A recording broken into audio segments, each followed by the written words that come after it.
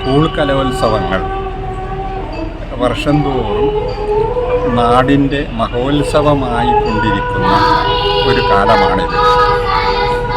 പഴയ കാലത്ത് ഞാനൊക്കെ ഓർക്കുന്നത് അധ്യാപന ജീവിതം തുടങ്ങിയ ആദ്യ കാലങ്ങളിൽ ഇത്രയൊന്നും ആഘോഷമായി അല്ലെങ്കിൽ ഇത്രയധികം ആളുകളുടെ പങ്കാളിത്തത്തോടെയൊന്നും അന്ന് ആഘോഷിക്കപ്പെട്ടിരുന്നില്ല. ഒരുപക്ഷെ കുട്ടികളുടെ പരിമിതിയായിരിക്കാം അതിന് കാരണം.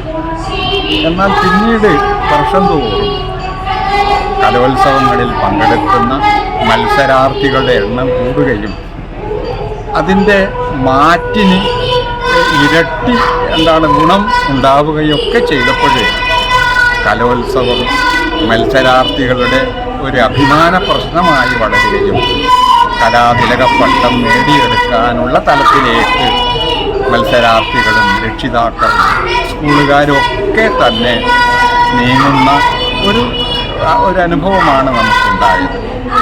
ഇന്ന് ഈ കലാതിലക പട്ടം ഇല്ലാത്തൊരു കാലത്താണ് നമ്മൾ ഈ കലോത്സവം ഉണ്ടാകുന്നത്. ഏതെങ്കിലും ഒരു വ്യക്തി മാത്രം എല്ലാ കലകൾക്കും മീതെയായി വളരുക എന്ന ഒരു ആശയം ഒരു ജനാധിപത്യ ബോധത്തിന് നിരക്കുന്നതല്ല എന്നതുകൊണ്ടാകണം ഇത്തരത്തിൽ അത് പുനർനിർണയിക്കപ്പെട്ടത്. എങ്കിലും ആളും അർത്ഥവും കൊണ്ട് ഏറ്റവും കൂടുതൽ ഒരു നാടിൻ്റെ മഹോത്സവം എന്നുള്ള നിലയിലാണ് ഇന്ന് കലോത്സവങ്ങൾ നടന്നുകൊണ്ടിരിക്കുന്നത്. ഇതിൽ എനിക്കൊക്കെ സൂചിപ്പിക്കാനുള്ളത് വളരെ കാലം വിധി കർത്താവായിട്ട് കാസർഗോഡ് ജില്ലകളിലും അതുപോലെ കോഴിക്കോടും കണ്ണൂർ ജില്ലകളിലെ ഉപജില്ലകളിലൊക്കെ പോയ അനുഭവത്തിൻ്റെ വെളിച്ചത്തിൽ സൂചിപ്പിക്കാനുള്ളത് നമ്മുടെ വിധി നിർണയത്തിലെ കൃത്യതയും സത്യസന്ധതയും അത് പരമപ്രധാനമാണ് എന്നതാണ്.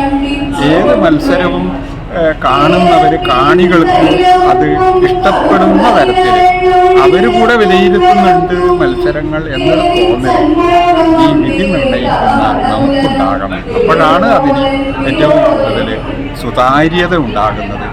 കലോത്സവത്തിൻ്റെ സുതാര്യമായ നടത്തിപ്പിന് അത് അത്യാവശ്യമാണ്.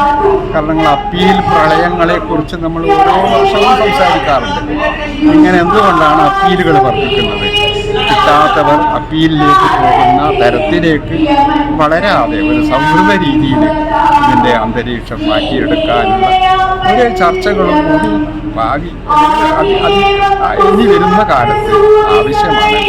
ആ രീതിയിൽ നമ്മുടെ കലോത്സവങ്ങൾ കുട്ടികളുടെ ഉത്സവങ്ങളായിട്ടും അവരുടെ മാനസികവും ശാരീരികവുമായ വളർച്ച കുടുകും തരത്തിൽ അതിനെ വികസിപ്പിച്ചെടുക്കാൻ നമുക്കൊക്കെ സാധിക്കണം എന്നാണ് ഈ പഴയ ഒരു അനുഭവത്തിൻ്റെ വെളിച്ചത്തിൽ എനിക്കൊക്കെ സൂചിപ്പിക്കാനുള്ളത്.